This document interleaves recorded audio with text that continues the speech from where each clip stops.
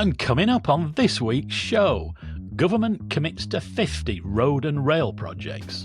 But does it? Midland Main Line Electrification is paused. But whose fault is it? And the Severn Valley Railway pulls off a miracle to reopen just 6 months after a major landslip. So welcome to Green Signals from me, Nigel Harris, and... from me, Richard Bowker. And the big story this week is the news that the DfT has decided to pause a number of highly sought-after capital projects on the railways, and the reaction has inevitably been strong. On July 8th, the DfT issued a press release entitled Green Light for over 50 road and rail upgrades supporting over 39,000 new homes and 42,000 jobs, which claimed that millions of commuters and businesses are set to benefit from quicker journeys as more than 50 road and rail upgrades are given the green light, including the long-awaited A66 Northern Transpennine route and Portishead to Bristol city centre rail line. And according to the same press release, the government is also announcing key rail projects across the country, including reinstating a passenger rail line between Bristol city centre and Portishead, which last ran over 60 years ago, delivering 3 brand new rail stations, bringing thousands more people closer to a railway and funding a Midlands rail hub, creating brand new rail links for more than 50 locations. Richard, it sounds good. You hear the weariness in my voice. Is it really a cause for celebration? Well, I guess it depends entirely on your perspective. Interesting that Portishead got mentioned twice in those two clips you read out. And it feels as if reopening the Portishead rail line has been one of those projects been around since the time of the Romans, you know.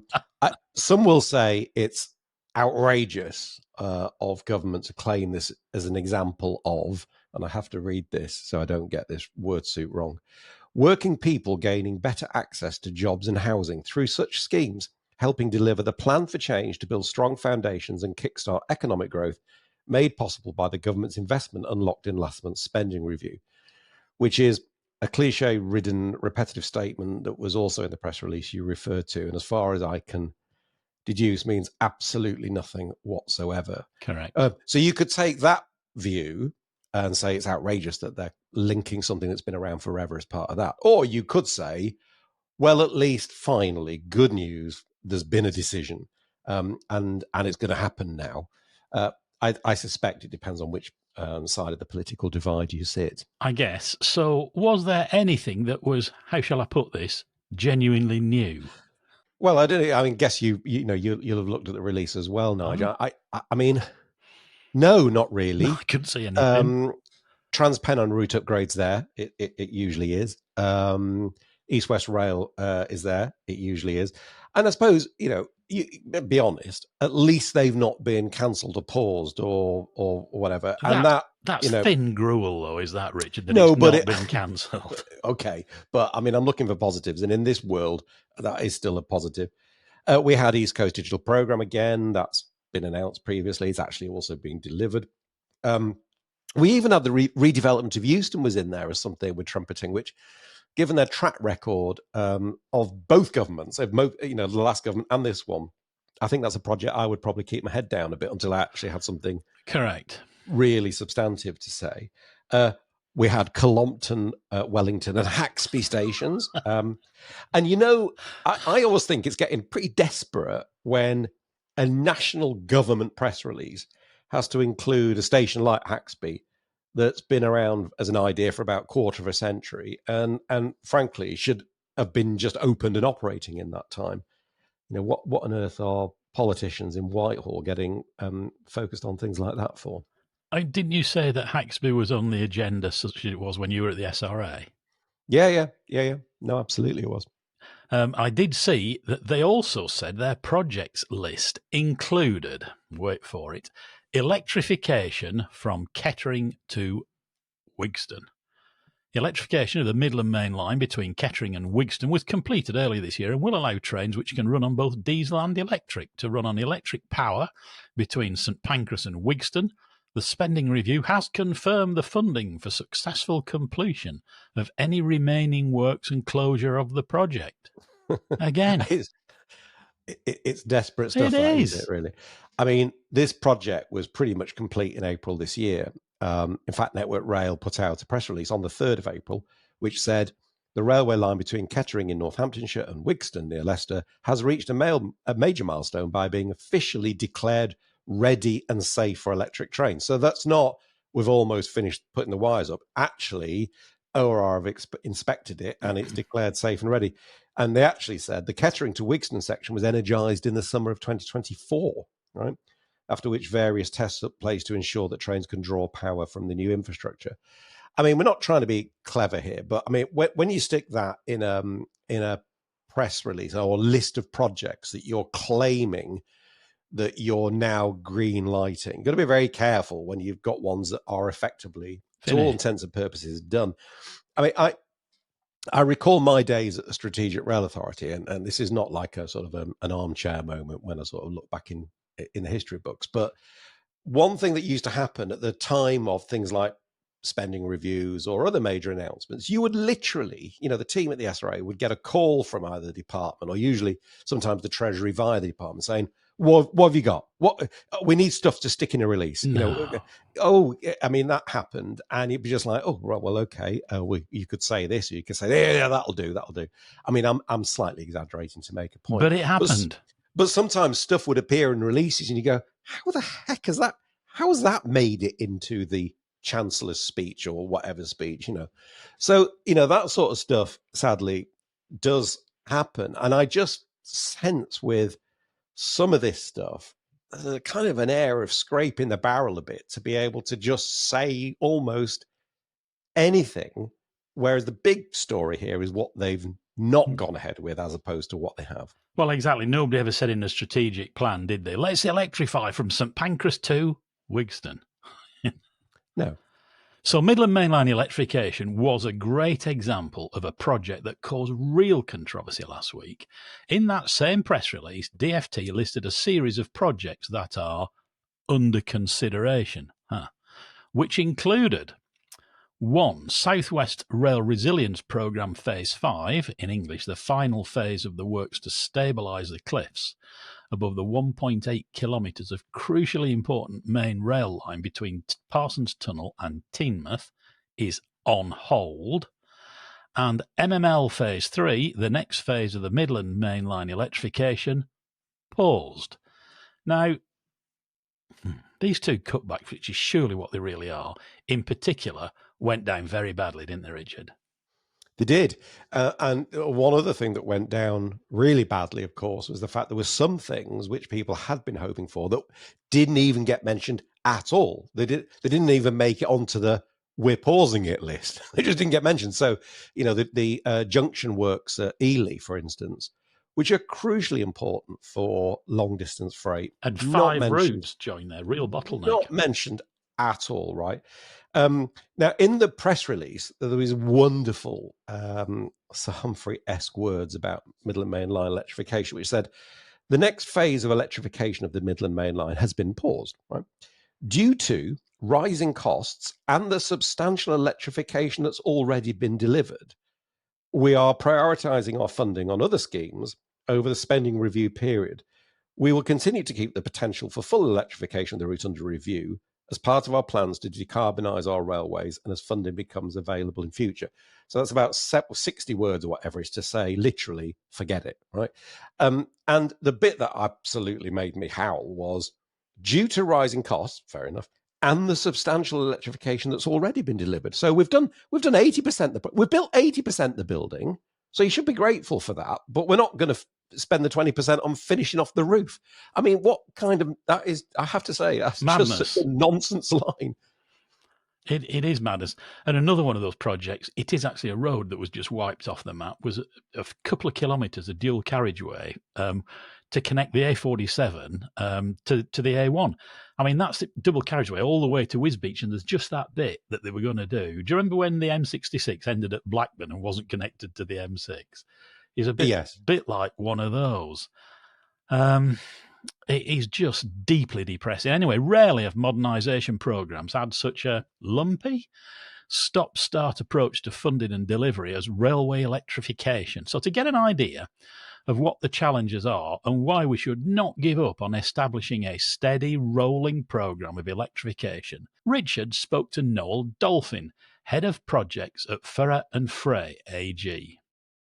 Well, I'm delighted to welcome Noel Dolphin to Green Signals. Welcome, Noel, and thanks for joining us. Midland Mainline Electrification, what an announcement, paused again. How bad and or frustrating is this decision? It's really frustrating. I hope by using the terminology paused, the government perhaps gives us an out to build a business case, show what the benefits are, show we can deliver it affordably, and perhaps at the autumn spending review, look at if it could be unpaused. I think as an industry, perhaps we're not the greatest at saying why we electrify lines. So, just thinking of electric trains have more seats, electric trains accelerate faster, so there's more capacity and you get where you want to go quicker. They're more reliable. There's no pollution in our cities and towns. They're quieter for our neighbours. Over their whole life, they're cheaper, even when you consider the infrastructure costs. And perhaps we're not the greatest at selling those. As people who work in railway engineering, we focus on quantities of things delivered and not passenger benefits. And I definitely think Midland Main Line suffered a part of that. It didn't always know where the project was going to finish. So really saying to people in Leicester, or I'm in Nottingham, Derby, Sheffield, what it meant for those passengers, I think we were quite poor at selling. Midland Main Line's learnt so many lessons, things like lifting up bridges, bridge renewals. There's 83% less bridge lifts on this project than previous projects. There are 93%, which is a massively high statistic, of reducing the number of moving signals. So if you think you've got a signal gantry and you need to move it to allow wires to go under, well, actually, there's almost none on Great Western. Changes to the rules, changes to standards, changes to the way we calculate things has massively reduced the cost. Hang on a minute. Let's just stop there. That's just caught me by surprise, right? Mm. I had thought, and I think a lot of people had thought, the reason why the current electrification on Midland Main Line ends in somewhere that, unless you live in Leicester, you've never heard of, sort of South Wigston, as opposed to actually going into the station in Leicester. And then north of Leicester, the challenges around, sort of Derby and getting up, Clay Cross. And I thought the whole challenge was there were some really tricky infrastructure issues. Are you saying those have basically been sorted, or at least they know how to design those out? So yeah, almost all of them have been designed out. The design to Leicester is 80% finished, and almost all the civils interventions between Wigston and Leicester have already been finished, or will be finished this year. So to get to Leicester is literally just putting up masts and wires, and that's the last bit of that section of the project to do. So I think most of the engineering challenges have been overcome. It's funding is the challenge, and also selling to the public, to the DFT, what does it really mean for passengers? I mean, that's kind of even more frustrating then, really, isn't it? Because you can almost have some sympathy if there's some really, really challenging issues, but it sounds like those have been addressed. If you want to have some sympathy with the government, not words that many people would necessarily say too often, but they must look at things like this. And I suppose Great Western Electrification is a case in point, where it just goes, how much? How much is this costing? Have we not just fallen into the trap of Great Western all over again, which is it just got too expensive and somebody said, right, time out, it's too much? For Midland Mainline, I don't think that is the case. Great Western, it was a disgusting amount of money, and I was on that project. Some of the things we forget, and I work in Nottingham but live on the Great Western route, is all the benefits that have come out of it. So for some sections of the line, like where I live, the line's now 300% more reliable than it was before electrification. And there are reliability issues on Western, but almost all of it is the inner London section that had been built a long time ago. We have 47% more seats on intercity trains than before electrification. In the new intercity trains cost 44% less to operate than the old trains. So there are lots of benefits. And for future projects, we need to bank all those benefits and reduce the costs. And even Great Western was coming down in cost. When we started Great Western, there was a huge skill shortage. Not much electrification had been done in years. We went up to nationally about 10,500 people working in rail electrification. Since then, the number at the end of last year was about 4,500 people. And when I tot up the companies I know are currently making redundancies, by the end of the year, I think there will be 3,500 people left in the industry. So we've lost 2/3 from the Yeah, height of when absolutely. And a lot of the people left are actually in maintenance. So in terms right. of the capability to do new projects, if we do end up not continuing with Midland Mainline, the next project that comes along, which will be HS2 or parts of East West Rail that are being electrified, they will go through a Great Western where suddenly they'll need more people. There won't be the engineers who have learnt those lessons. Costs will go up. We'll have to recruit people. We'll have to pay more money. So I envisage those projects will cost more if we can't tick on with a few rolling projects like Midland Main Line to fill the gap. Do you think there's any issue around standards though as well? Because one of the accusations that was levelled at the Great Western Electrification project was, you know, massively over-engineered. Yep. I think it might have even been Rail Minister Lord Hendy who kind of famously said, you know, post the apocalypse, two things will survive, you know, cockroaches and the stanchions and gantries on the Great Western Electrification. Do you and if it wasn't him, then apologies to Lord Hendy, but it is still a great line.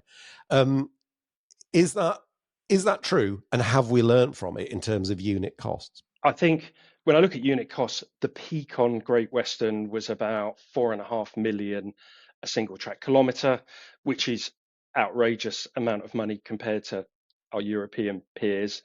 Costs have already come down. So for a typical network rail project now, the cost is about 3.1 million a single track kilometre.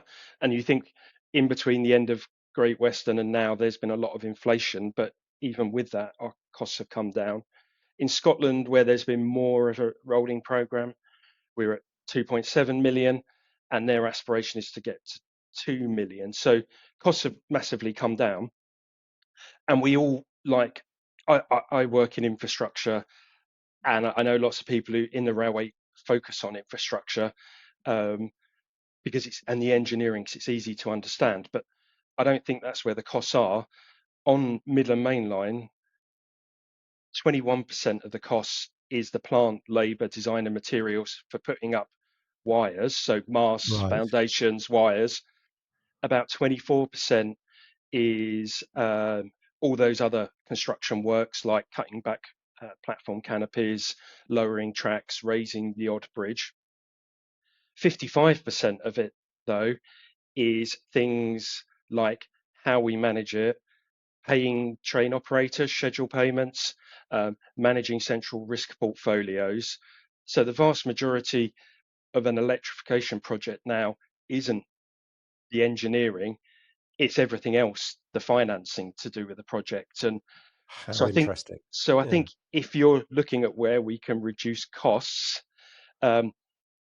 for someone who works in engineering, it's easy to focus on the engineering because things like managing risk portfolios, managing contracting strategy, they're hard to wrap your head around, but that's where the real cost is. When GBR comes in, and I hope things like schedule payments will become a thing of the past, we can tackle a lot of that. but that's some years off. In the meantime, we need to think about contracting strategy and how we manage risks. That's really the only place we can now make savings. Okay, understand all that. I just want to ask you about discontinuous electrification, because one of the things you hear a lot now is discontinuous electrification and the use of sort of hybrid diesels, batteries, whatever, to effectively deal with gaps, I suppose. And I can see the logic of it in certain specific circumstances, but it also feels, to me at least, it's being used as a bit of a get out for having to face up to some challenging decisions around electrification, overhead, by which I mean. And I say this the day after, I think we understand that Aberdeen to Edinburgh is going to be discontinuous, which just strikes me as just the wrong decision. Is there a role, in your view, for discontinuous electrification? And does it have a role on something like a strategic corridor like the Midland Main Line?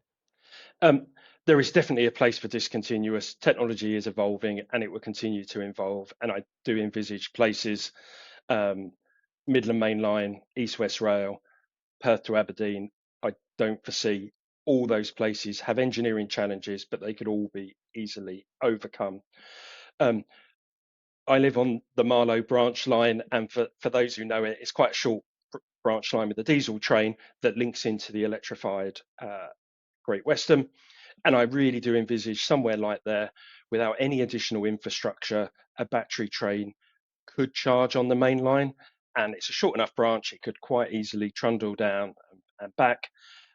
Not with the current timetable, but with some changes to the timetable and modelling, that would be absolutely possible. Would you really want to be stuck, say, on East West Rail behind a diesel freight train going slowly while your brand new passenger train has to wait? Our busy main lines, and I'm including a future East West Rail, really should be electric. They should allow for different operators, different trains, as well as freight.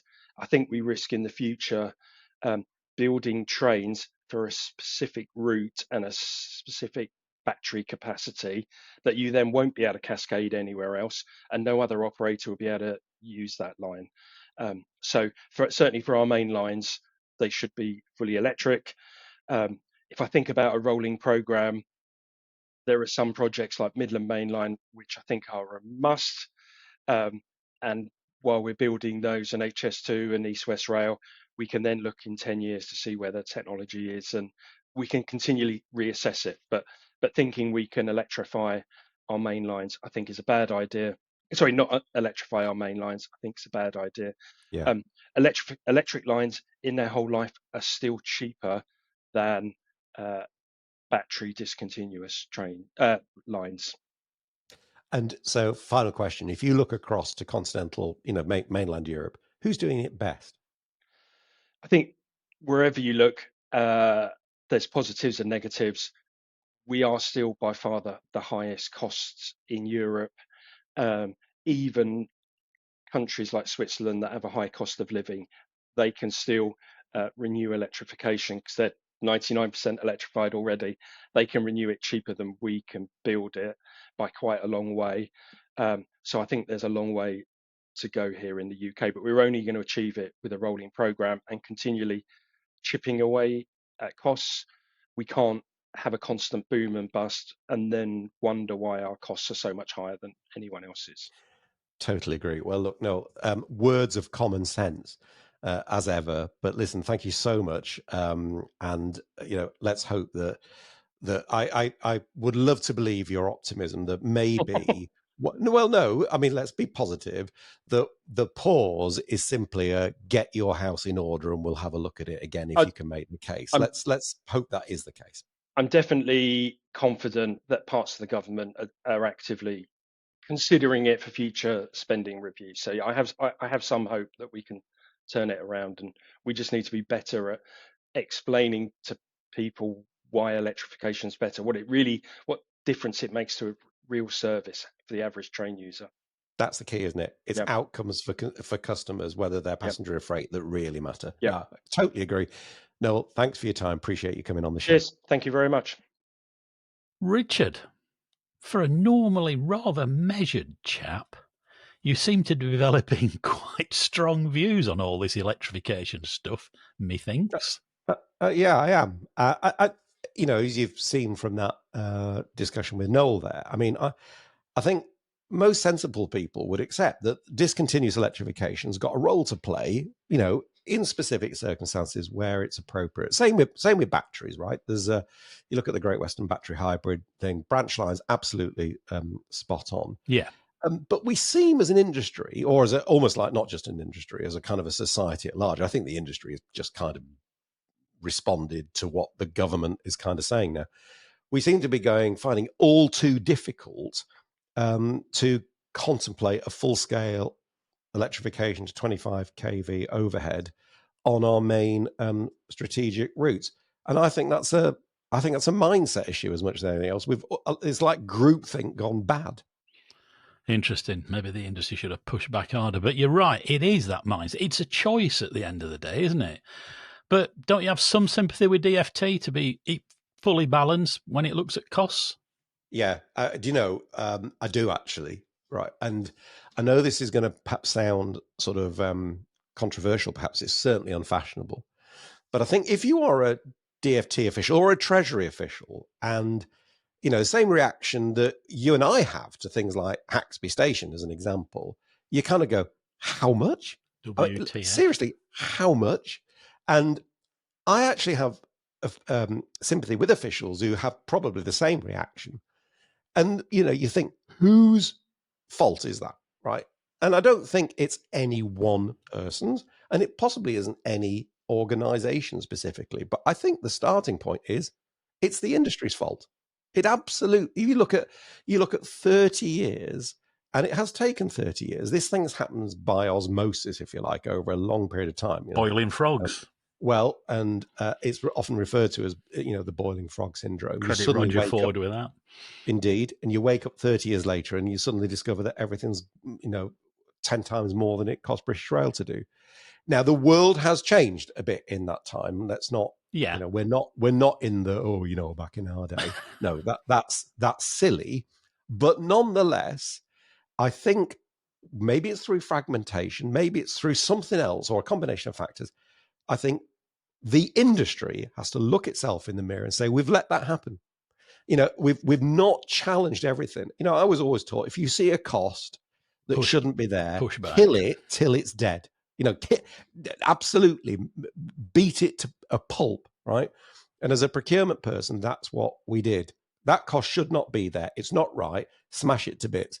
And I just sense that kind of culture, it doesn't exist now. Now, lots of people individually will go, oh, it's just too much. And they tell us privately, they go, I can't believe it's costing that, right? But as a group, and it maybe comes down to leadership as well. I'm gripped it. As a group, we've lost the plot. So it is the industry's primary fault, in my view. And it does go back a long time, probably to rail track administration and all that when costs really exploded, wasn't it? And we've just never got a grip of it since then. So, speaking of rail track and its successor, of course, we asked Network Rail to confirm what the position is with MML Phase 3, and it told us. Apologies, we're restricted on what we can say following the announcements. We're advised that enquiries should go to the DFT at the present time. So, we went to the DFT and asked, and it said, absolutely nothing at all. Zilch. Nada. Not and a word. What? And on this, right, you're clearly not impressed with that.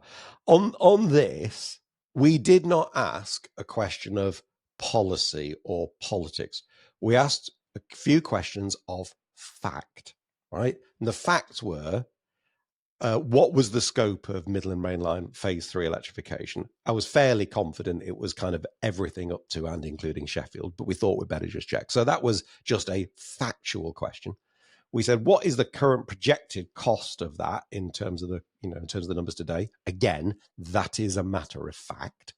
And I think we might have also said, and if you compare that to Great Western Electrification on a unit cost basis, how does those compare? Again, give me a calculator in 30 seconds and I'll work it out if I got the numbers. It's a piece of mathematical fact. So those were questions of fact. And yet the machine now goes, oh, we need the DFT to sign that off. What? I mean, it's getting to the point now where it's almost like this. They're going to get rechristened the Ministry of Truth, but they're not the only ones, by the way. It's, we've got to control the narrative. No, actually, what we were promised, transparency and a new era of openness, and that where we appear to be going in the opposite direction. We ask questions of fact. If you're going to start, if those now need approval from the DFT, heaven help us. Whatever happened to the DFT stepping back? And just before we move on, Richard, I don't know whether this is new and I just missed it, but I noted with despair this week that Scotland seems to be choosing discontinuous electrification for Edinburgh and Aberdeen because of problems around Dundee. Well, when you say problems, we've got to be careful about what we mean by problems. Are they self-inflicted, self-imposed problems by them, obviously, problems, or are they actual problems? If you'd said to the aforementioned Don Heath, right, when you electrify to Edinburgh, I'm sorry, I'm very, very concerned about these 5 sites, he'd have just looked at you a bit funny. And actually, when they did the Royal Border Bridge at Berwick, if memory serves me right, the masts used were of a slightly lighter design. They were certainly less obtrusive, I think. They were very sensitive about certain spots, but you've got to put the wires up, right? And I'm sorry, in 2025, the rest of our European partners have cracked how to put up catenary that is visually unobtrusive, but you can still run up to 225 kilometers an hour. If they can do it, shame on us for not being able to do the same. There was actually a brief discussion about freewheeling and coasting across the Royal Border Bridge at some point because of... Was there? I didn't know that, but there you go. But actually, I'd put in my notes exactly that. Don Heath met and beat the challengers, whereas bimodes allows us to cop out, doesn't it? Well, and I think that is the point, sort of to end this bit on, really. That's the issue. The problem with bimodes is, yes, it does allow you to cop out, but it is not necessarily the right strategic solution for what you're actually trying to achieve. And don't forget, if you've got a bimode train, you are carrying around a lot of weight that for an awful lot of the time you don't need, right? And, can you imagine? And that is why a Formula One car does not have a starter motor or whatever it is, because you only need it at one particular moment. Yeah. So they fire it up and then they don't have the weight. It's maybe not the greatest example, but it's just... Yeah. It's right. I mean, I thought the point at first was with bimode, you could extend services beyond the end of an electrified system where it didn't really justify putting wires up, but you could carry on running the same train. It's just... Indeed so. Anyway, shall we move on? Sorry, we're having a bit of a joint rant there. We're allowed to do that from time to time. Yeah. Anyway, some positive news.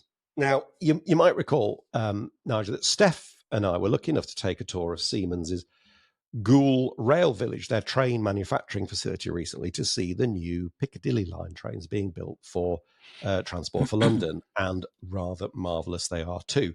Now, they've been in the news recently because the introduction has been pushed back to sometime next year rather than later this year. So it's going to be a little while before we see them in a way that we can ride on them.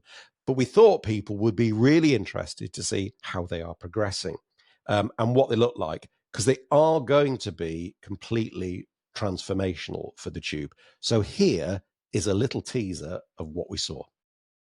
The car bodies are moved around on site by remote-controlled car body movers. Siemens has used these in many of its plants, and it's not hard to see why.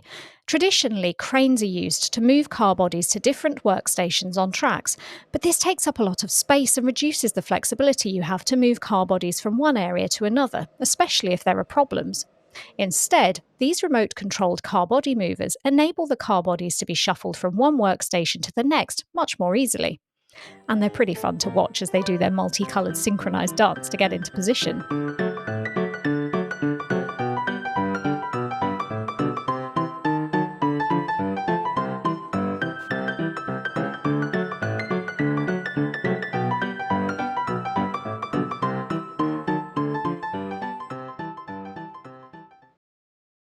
Next, we're off to the trucking building and catch up with James Liddell, Assembly Supervisor.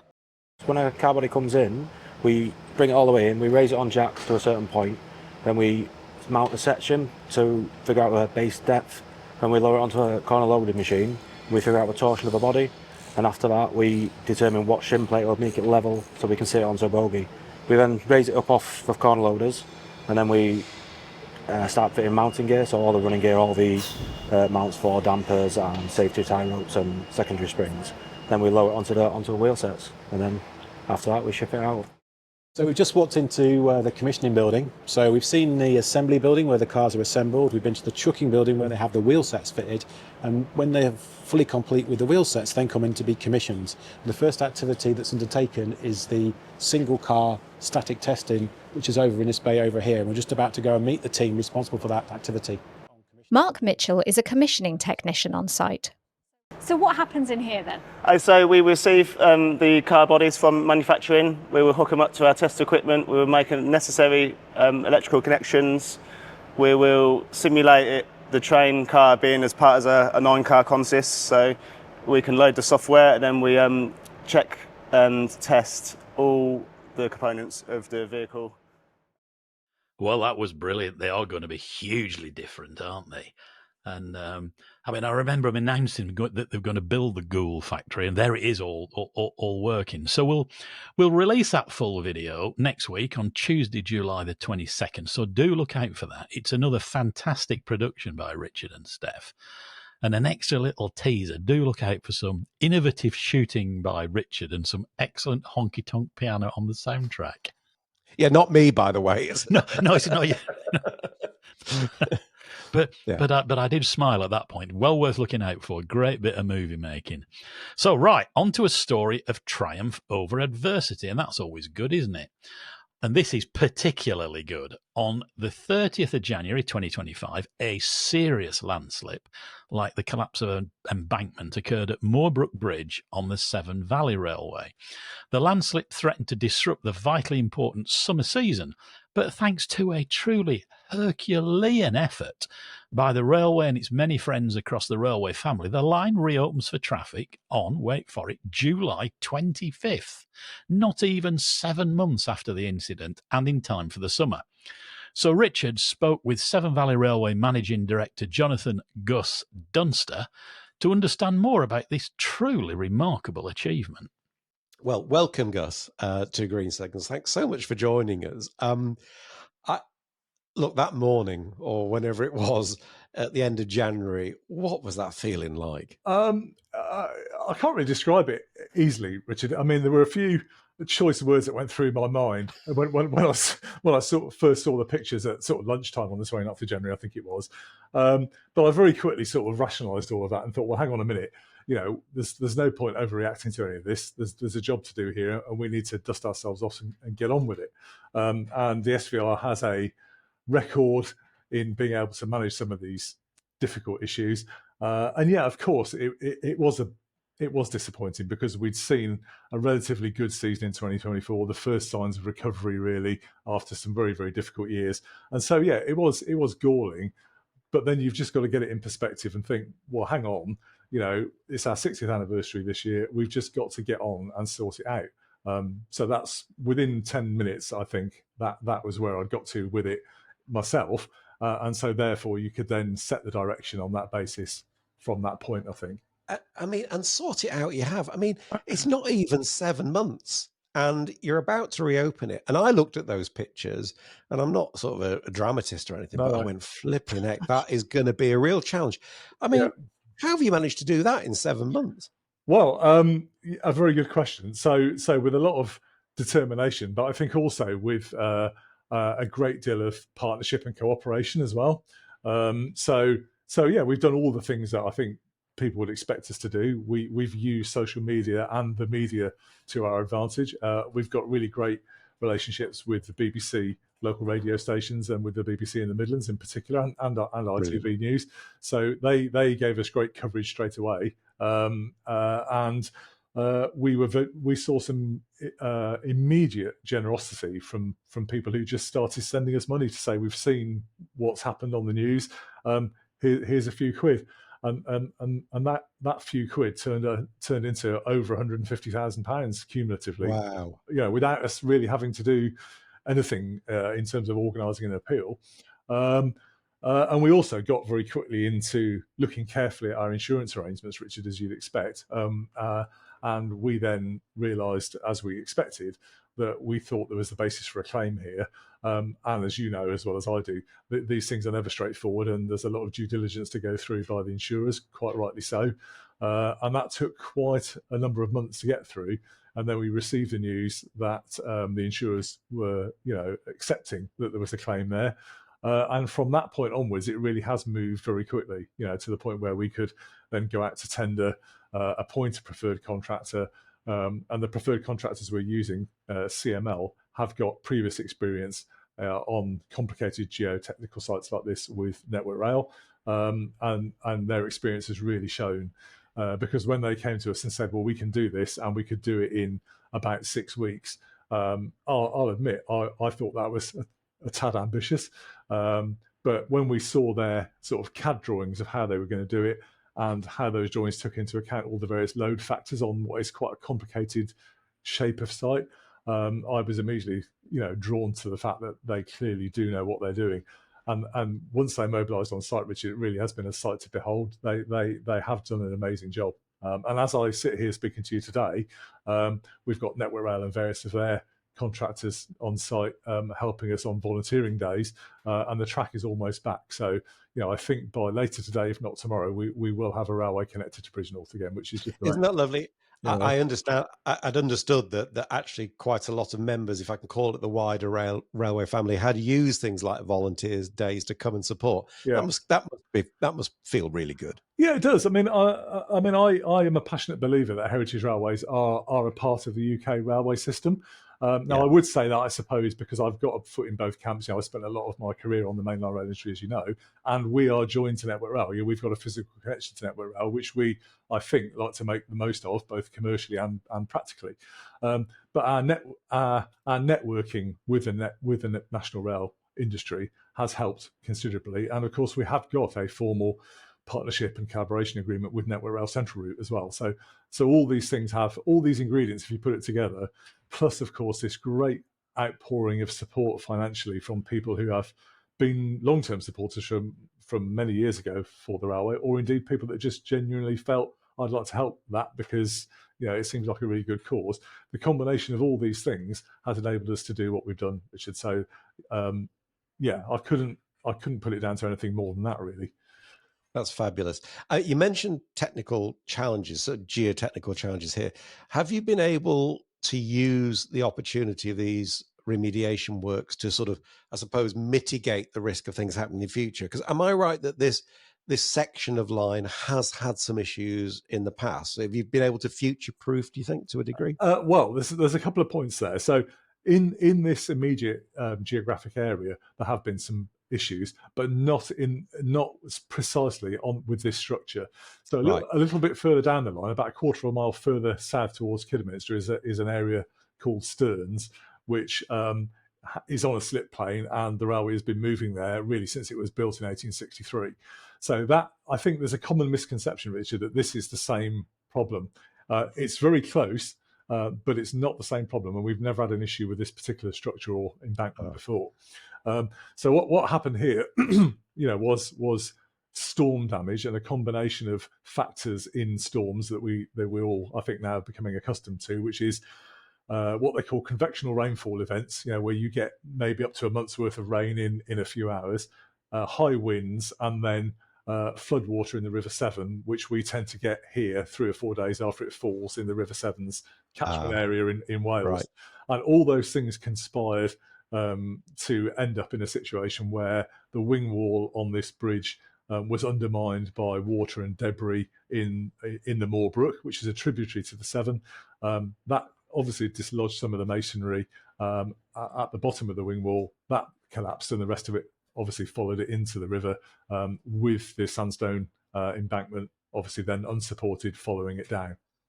Got it. So to answer your question about the remediation works and whether we've done anything to ameliorate this on an ongoing basis, the design of the work that CML have done is very much in that vein, in terms of making sure that the loading on the new structure is much more even, and actually that the replacement wing wall is much stronger. And we are doing some easement works on the other side of the structure, which hasn't been affected, to remove the scour risk on that as well. So for Moorebrook Viaduct itself, or Moorebrook Bridge itself, sorry, yes, I think we've built in as much as we possibly can to avoid it happening in the future. Brilliant. And so, subject to the final bit of track going in and everything getting signed off, reopening day is when? Reopening day is next Friday, the 25th, or a week on Friday, I should say, sorry, the 25th of July. And we've put a lot of pressure on ourselves because we're reopening with none other than Flying Scotsman. So a high-risk strategy, but one that's actually paid off, I think, Richard, considerably. An iconic visitor for an iconic railway. Look, Gus, I thanks so much for your time. I know we're going to be seeing each other very soon. We're going to have a chance to talk more about the Severn Valley Railway and what you've done and what the plans are for the future. And I can't wait for that. But look, for now, congratulations on amazing achievement. Good luck with the next few days, especially good luck on the 25th. And we'll see you soon. But for now, Gus, thanks so much. Look forward to it. Thank you, Richard. Really appreciate it.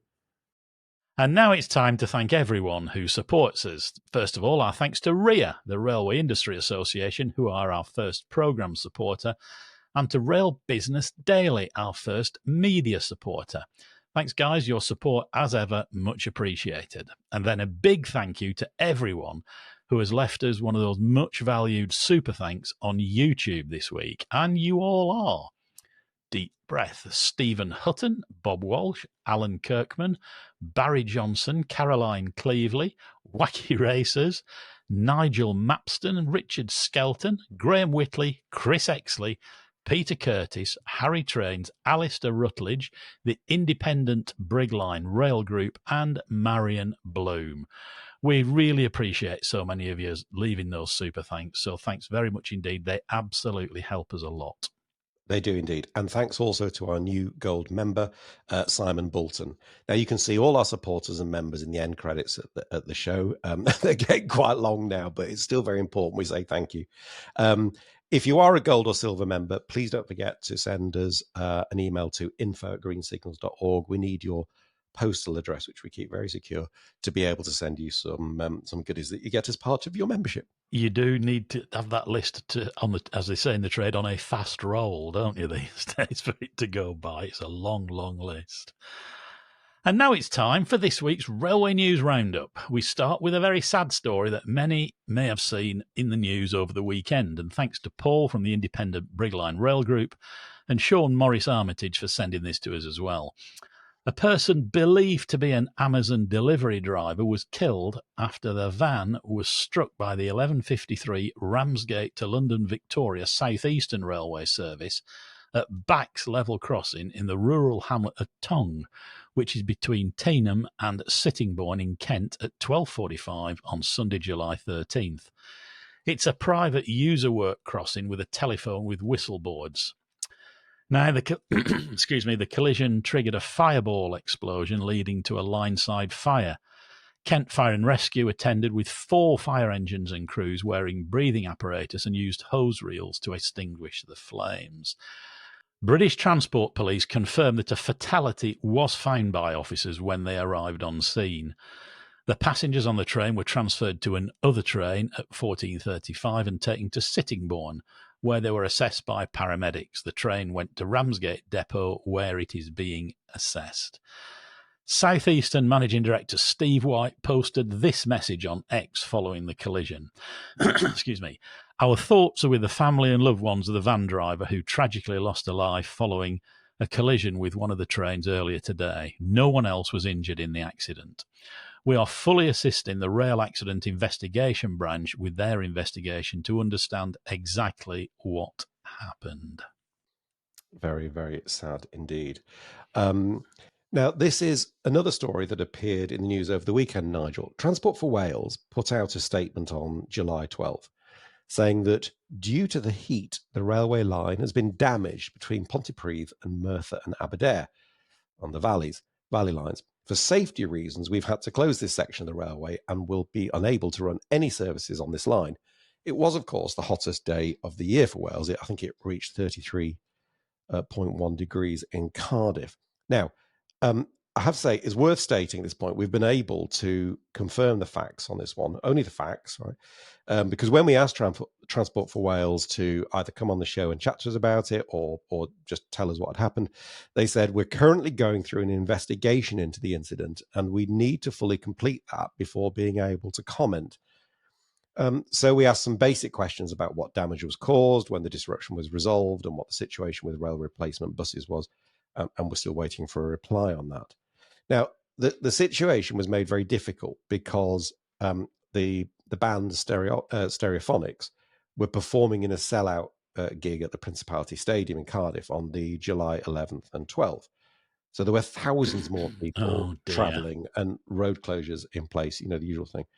So, in the absence of any further information from TfW at this point, we can only really sort of respond to the complaints made by customers on social media. One of the real problems was Transport for Wales was challenged by a customer about bus availability, and the last bus apparently being at 8 p.m. when the concert obviously wouldn't have finished until much later. The Transport for Wales social media representative said that there is a do not travel advisory in place, and ticket acceptance was only available on Stagecoach buses, before reiterating that the advice was not to travel. Well, the customer said they had tickets for Stereophonics, so that wasn't really an option. And Transport for Wales then said that due to availability, they hadn't been able to source rail replacement buses. I think it's a great shame, this, because a week earlier, or I think Oasis had played in Cardiff, hadn't they? They had. And I know from talking to somebody at Network Rail that Transport for Wales and GWR and Network Rail pulled off an absolutely magnificent sort of dispersal of passengers. I think they ran something like 55 extra trains or 55 trains after the concert finished. I mean, that is terrific. That's heroic. So well done, right? That is heroic. So it can be done. And we know that the real hot weather causes buckled rail issues and so on. It just feels to me like in this case, the communication could have been much, much, much better than it was. And I think saying, oh, we're going to have an investigation, so we can't talk. You know what happened, right? So we know what happened. So, I think, again, it's all about comms, isn't it? It's all about giving people confidence because, that it's a great shame. You're often as good as the last time you messed up, unfortunately. And I think getting out on the front foot and explaining what happened is always the best bet. Govia Thameslink Railway and Siemens Mobility have run the first Class 717 Great Northern train in passenger services using ETCS.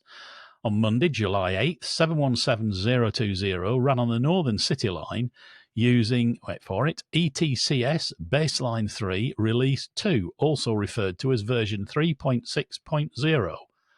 Do you want to translate that, Richard? I know you know about this stuff. Well, 3.6.0 introduces, if I understand it right, the concept of something called packet switched communications, which is, I think that's found on GPRS signals, which removes the capacity restriction that you get on the current GSMR system, which uses circuit switched data. But there you go. Oh, right. Sorry about that. Yeah, it's right. It's really good, if I understand it. The sound's a lot clearer and more reliable. Yeah, okay. Right. Well, no, I think it's a capacity issue. But anyway, keep going. Basically, it's better, right? Much clearer. Anyway, the train has been running since then in regular passenger service. Hooray. All 25 of the Class 717 fleet will now be upgraded to what we said over the coming months. It was only a few weeks ago that the line became the first signals-free commuter railway between Finsbury Park and London Moorgate. So this is another important step forward. So a bit of a giggling aside, very well done all round. No, absolutely. It was a classic case, though, of that of what he said, wasn't it? Right? I love that. That's good. Now, the ORR, last story here for this week, they've released their latest experiences of passenger assist survey, which some 8,700 people participated in. Pretty much does exactly what it said on the tin. Passenger passengers are asked about their experience of booking assistance. And perhaps not surprising, there are still too many instances of passengers not receiving the help that they had booked. Right. So this is people who've booked stuff in advance, right? Now, the good news, and I think this is good news, is that 94% of people were satisfied, although 11% reported not receiving the assistance they'd booked, which does suggest that despite some of them, despite not getting the assistance they booked, were still satisfied, which I suppose is slightly counterintuitive, but there you go. Apparently, Northern is still amongst the poorest performers for reliability of the services, but the ORR did say it's making good progress on an improvement plan. Sounds like the Alex Hornby effect to me, that. The report was released on the same day, the annual rail consumer report, which shows that there was a 17% increase in the number of bookings for passenger assistance. So you could say, actually, the challenge is getting harder because now 17% more people than last year are asking for it. But nonetheless, there's still quite a lot to do, clearly. I was a bit puzzled by that disparity in 94% satisfied, but 11% reporting no assistance as booked. Just thinking about it, I guess that implies that even though the booked assistance didn't turn up, the train crew maybe did a sterling job in helping. I think it implies exactly that. And therefore they were still satisfied that they were handled well, even though what they'd booked didn't happen. So let's just have that tip to the train crews in those cases for helping out. And that's the end of the news roundup for this week. If you'd like to send us any snippets of news or even big news story, you can drop us an email at news@greensignals.org. Can't promise to read them all out, but if we read yours, we'll attach your name to it and give you due credit. So please keep them coming. We'd rather be told several times about something than not at all. Absolutely. Which means it's time to do the quiz. Now, last week's question was this. What do a Class 55 Delta... Shut up. I was completely flummoxed by this. Brilliant. I hadn't even asked the question this time. Right. What do a Class 55 Delta locomotive, a Mini Cooper S, and a Supermarine Spitfire have in common? And the shout out to the person who said, oh, sorry, are we talking about a 1960s Mini Cooper S or a 2000? Clearly, we're talking about a 1960s one, but I accept, there you go. Anyway, we had some great suggestions, were they all supercharged? And somebody actually said they all have Roots superchargers or something. One person said, I think they were all green, which, okay, that's fairly random, but probably not untrue. But actually, the answer we were looking for was they were all stars, if you like, from a transport point of view, in Michael Caine films. Spitfire, of course, in his film The Battle of Britain, the Mini Cooper in that legendary scene of the Mini Coopers driving through the sewers through, was it Turin, I think? I can't remember. And, of course, the Deltic, the opening scene of Get Carter. Did you actually say the film name then, Richard? You described this as, I don't think you actually said Italian Job. Did I not? Anyway, it was the Italian Job, right? It was the Italian Job. And for those of you who don't know how the production on this program works, we've just both had in our ears Stef going, "No, you didn't." Right. So there you go. Right. So let's just try that again, since I made a total hash of it. It's so all right. Spitfire was oh, shut up. Spitfire was in the Battle of Britain, Mini Cooper in the Italian Job, and the Deltic, of course, in Get Carter. Anyway, jeepers, talk about torturous. Right. The winner. Oh my goodness. Randomly chosen from all the correct answers we had. And here's the problem, ladies and gentlemen. When Nigel goes, he goes, right, I'm going to keep going, was Rob Hewitt. So well done, Rob. Send us an email to quiz@greensignals.org and we will get your mug to you in due course. Right, to this week's quiz, which I hope is not as chaotic as last week's quiz. Right, this was sent in by listener J. Carroll. And it's this. Where in the UK can you see polar bears and a Class 720 or 720 at the same time? Good question, that. Where in the UK can you see polar bears and a Class 720 at the same time? If you think you know, answers please to quiz@greensignals.org by midday on Saturday, July 19th, after which we'll put all the correct answers in a hat and select a winner at random to receive one of our very special Green Signals Quiz Winners mugs. A lovely story to end on now. Last week, Great Western Railway named Class 802-802-022 in honour of intercity visionary Cyril Bleasdale, OBE. Now, Cyril, who always had a smile to the very end of his involvement with the railway, had dedicated his life to the industry before he died in 2022 at the age of 87. Excuse me. He launched British Rail's intercity sector and later became the first standalone head of ScotRail. The newly named train was unveiled by Cyril's widow, Katie, with GWR Managing Director Mark Hopwood and former Intercity Managing Director Chris Green, OBE, who said this: Cyril's competitive nature was well matched with his sense of vision to make Intercity the envy of Europe. As its first director, he brought an airline stylishness to Intercity in its livery, its staff, and its catering, which allowed it to punch above its weight. As we name this train, we can also thank him for that eye-catching Intercity brand, the improved train dining experience, the introduction of payphones before the days of mobiles, and the radical innovation of airline pricing to fill empty seats. Great bloke, and we've still lots to learn from those days, eh, Richard? And a fun fact, which you maybe didn't know as a Blackburn lad, in his early career, Cyril was station master at Horton. At Horton? He oh, was. gosh. Yeah. I did not know. What's on the old line from Preston to Chorley? Just along from Horton Bottoms, through which you used to hurtle. Right. Okay. Yeah, but no, I know the line from Blackburn to Preston. Right, okay. Yes, he was station master. It was a beach enclosure. There's absolutely no trace of it now. But Cyril was station master there. How about that? There you go. I mean, he's a wonderful guy. I thought there was a couple of so beautifully barbed comments in what Chris said there as well about yield management to fill empty seats and on-train dining. It was great, that. My first meeting with Cyril was when I was chairman of the Strategic Rail Authority. It was the first of a number. He owned, or he certainly was looking after Rail News. He owned it, I think. He did own it.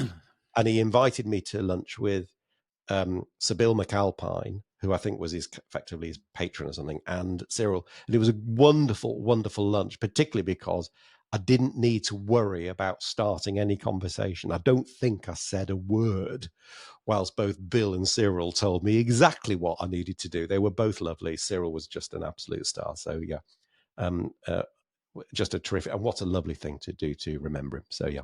And Rail News is how I came to know him, of course, because he was a regular at all the press events that I went to. And, you know, he was absolutely wonderful. He was a railwayman who had forgotten more about railways and the whole than I will ever know. And yet he was always wreathed in smiles. He always greeted me like an old friend. We were competitors, of course. But Nigel, how are you? Good to see you. And he was just fantastic. And I always loved chatting with him. But listening to him largely, because, as you say, he was full of stories, and it was great. And we won't see his like again, I don't think. Indeed not. And sadly, that's all we've got time for this week. Thanks so much for watching or listening. Don't forget to give us a thumbs up, leave a comment, or if you haven't already, please subscribe to the YouTube channel. And if you really want to support us, find out about membership on YouTube or Patreon, and you get all sorts of cool stuff, largely focused on great videos by Stef and Richard usually. But most importantly, join us again next week for this show, which will always be free. But until then, it is goodbye from me, and it's goodbye from me. Carry on enjoying the summer.